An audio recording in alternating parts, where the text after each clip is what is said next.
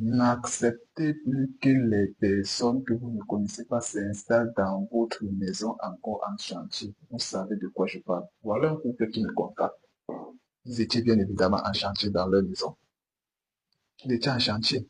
Mais à un niveau, dès qu'ils ont tourné la maison, ils n'ont plus eu les moyens immédiatement pour poursuivre les travaux. Alors, ils ont d'abord mis le chantier en stop. Voilà donc une famille qui vient s'installer dans la maison. Ils se mettent à y vivre. Le monsieur, donc, bien évidemment, venant visiter son chantier un jour, le découvre là-bas. Mais il se dit que bon, comme je n'ai pas encore immédiatement lancé les chantiers, je le laisse d'abord là au moment venu. Ils vont tout simplement partir comme ils sont venus. Mais voilà le temps qui passe. Et pendant ce temps, voilà donc un enfant de cette famille-là qui décède.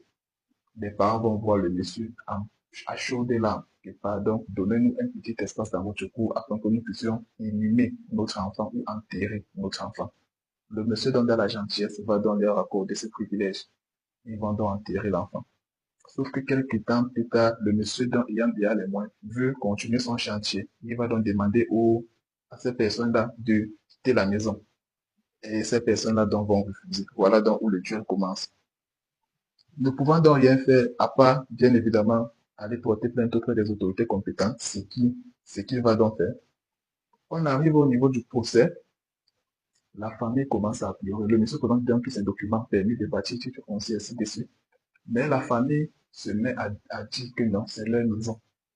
Le monsieur veut les chasser de leur maison. On demande à cette famille quelle est la preuve que vous avez. Ils disent que la preuve, c'est que leur enfant est décédé. Ils ont enterré leur enfant dans leur cour. On va donc investiguer, c'est-à-dire on va donc aller bien évidemment chercher le squelette. On se rend compte qu'évidemment, il y a donc un corps qui est enterré dans cette cour-là et c'était le leur. Voilà comment cette famille gagne le procès.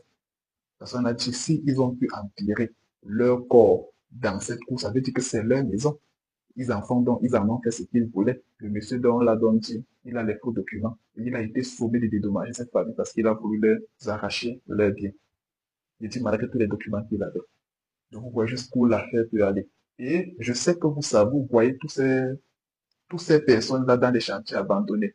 Je n'ai pas envie d'indexer qui que ce soit, mais nous savons bien il y a des personnes comme ça. Ils partent s'installer dans les maisons.